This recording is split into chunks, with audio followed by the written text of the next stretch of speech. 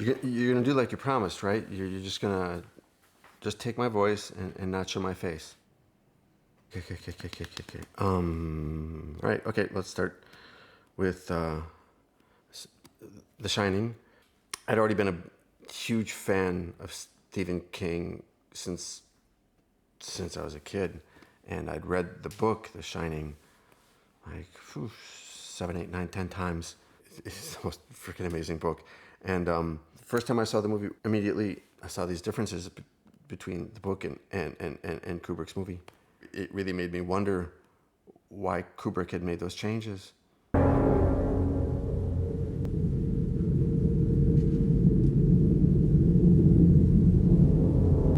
One of the first things that got me going, that sparked my interest, was a little difference I saw that seems unimportant, inconsequential, like a banal difference. Jack goes for his job interview, and he's sitting with the manager of the hotel. The manager's name tag is sitting in front of him on his desk. On the name tag, it's written Todd R. Pullman, okay? But in the book, the manager's name is not Todd R. Pullman, it's Stuart Ullman. Kubrick changed that. So this is like a message. One of his Kubrickian enigmas that he's throwing at me, you know? I gotta find out who this Pullman guy is. So, at the time I'm talking about, I'm looking into it, and there's no internet.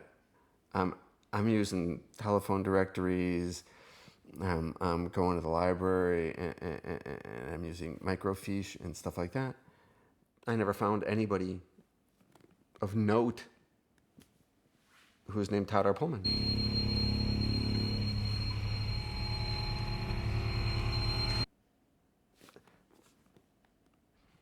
I understood that there were lots to be found, lots of enigmas to be found. That's when I started watching the movie like backwards and forwards and backwards and forwards, and going through like cassettes and cassettes, because I was like wearing them out. I was like abusing those puppies. And play, slow-mo, pause, rewind. Play, slow-mo, pause, rewind. But then when I could finally watch the film on my Mac, that took me to a whole new level. I could see details in the photos that were in the hallways or in the great ballroom. I could see reflections in people's eyes. I could zoom in and see what's reflected in the windows and things like that. Things that are obviously put there by Kubrick. There's no accidents in his frames. You do too, no. Now come on, tell me. Don't want to. I noticed that he had on purpose put images of flags, American flags. There were like portraits of certain presidents in picture frames. That's a very specific theme for him to be, planting subliminal images into his frame. It's clear. It's like Kubrick is going, "Come on, Doug, figure this out. You're on the right path here. Keep following it." And like breadcrumbs that he's dropped. And come on, Doug, follow the breadcrumbs. You're getting closer. You're getting closer. And you got to figure this thing out. I'm not into conspiracy theories. The Kennedy assassination, or Jesus in your burrito or something. I'm not into these visions people have. But this is something different. I mean, this is serious.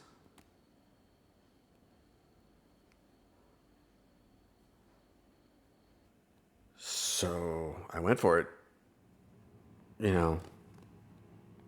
Night and day, locked in my office, in front of my screen, just like looking into every element that I could find.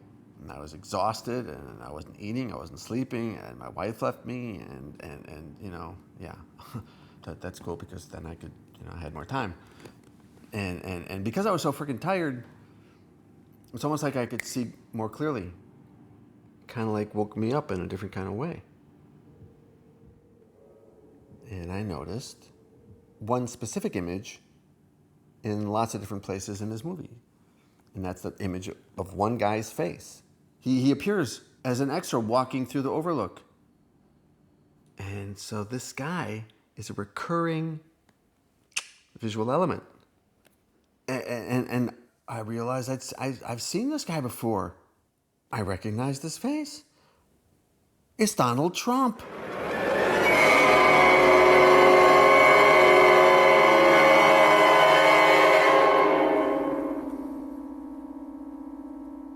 Donald Trump is in The Shining. And, you know, today everybody knows him. And his notoriety kind of started in 1980 with the Rona Barrett interview, which introduced him to the national audience.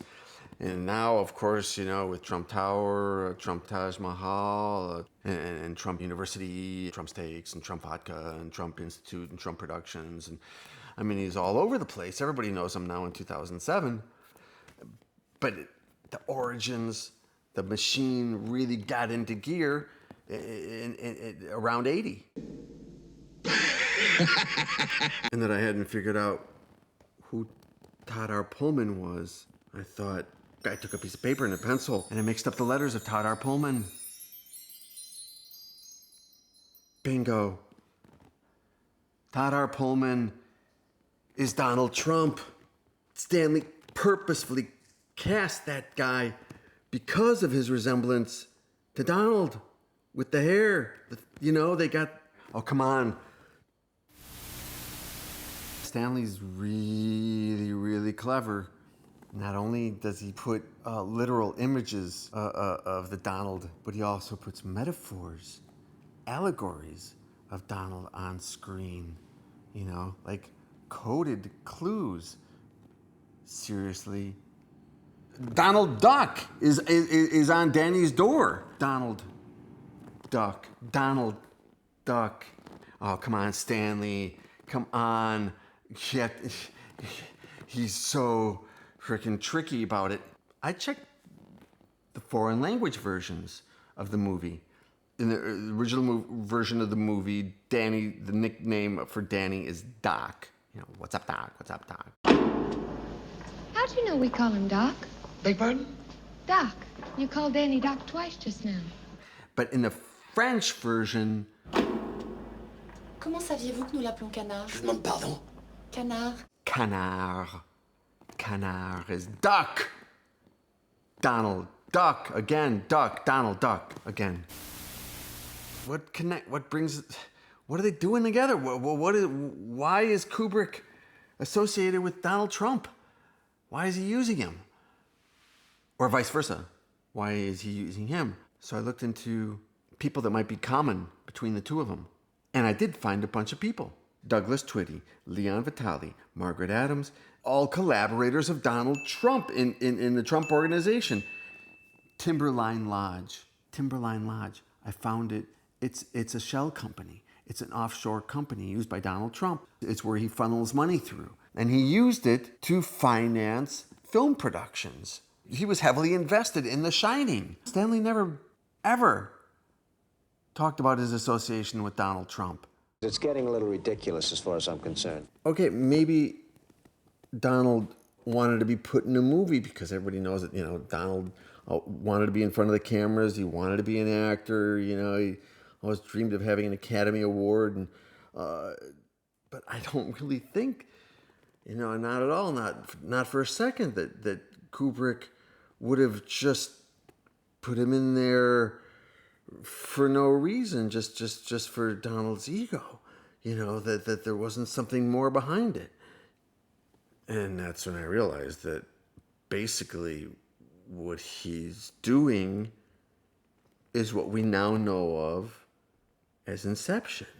He was a psychology major at Columbia for 2 years.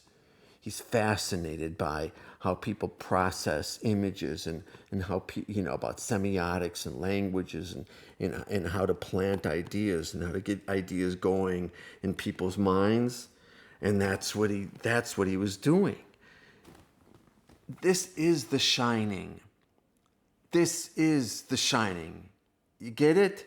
That communication between the two characters in the movie, and that So what I'm getting at is what The Shining is. Not things that anyone can notice, but things that people who shine can see. Just like they can see things that haven't happened yet. So Trump is seen, he's associated with the American flag, with patriotism, with presidents, and then I find a date.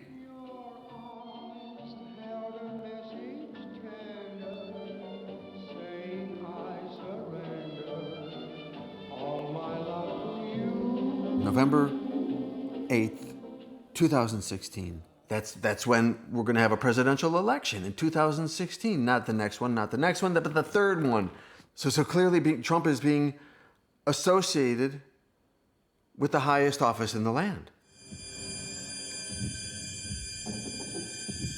Right now, we're not in a position to answer the question, is he promoting Trump to be elected on November 8th? Or is he warning us of what would happen if Trump were to be elected on November 8th? I don't know. The thing is, I mean, all I've talked to you about is that Inception storyline. But there are others. It's not the only one. The Shining functions on even other levels, because I found another guy. And I'm just at the tip of this iceberg. I don't know who he is. And he's a young man, and he's energetic, and he's gesticulating, and he's very animated. And who is he? I don't know. No idea who this guy is. Who's this tape going to be shown to? Who are you going to... I don't think I should have done this. Could you just do nothing with it for the moment? I mean, could you just hold on?